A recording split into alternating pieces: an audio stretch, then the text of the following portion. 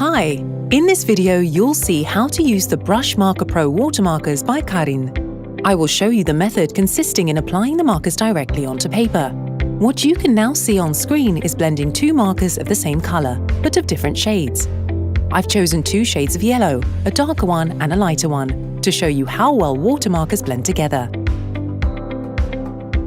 Remember that in this video, I'm showing you how to use the markers directly on paper. There are other methods that we'll show you in other videos.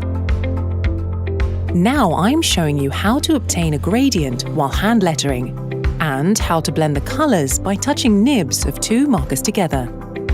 That way the ink flows from one marker to the other and we can obtain a very gentle tonal transition. Combining two colors that are not shades of the same color is much more difficult, but it's not impossible.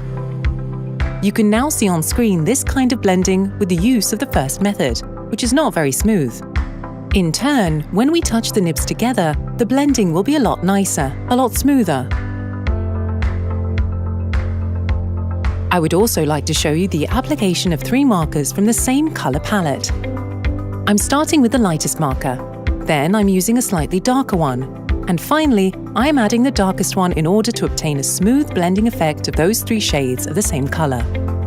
It's very important what kind of paper we choose to work with the Brushmarkers Pro. These are watermarkers, so they require thicker, more rigid paper. Thinner and less rigid paper will pill and crimple. Not only smooth and rigid paper, but also texturized watercolor paper is suitable for working with Brushmarkers Pro. However, applying the ink from the marker directly onto texturized paper, we have to be careful not to make the paper pill. Thus, we have to be careful not to press the marker too hard to the surface of the paper and not to run the tip too many times in one place. Blender is a colorless marker thanks to which we can obtain very gentle tonal transitions and bright and intensive shades of markers, thus creating pastel ones. I will now show you two ways of using the blender directly on paper.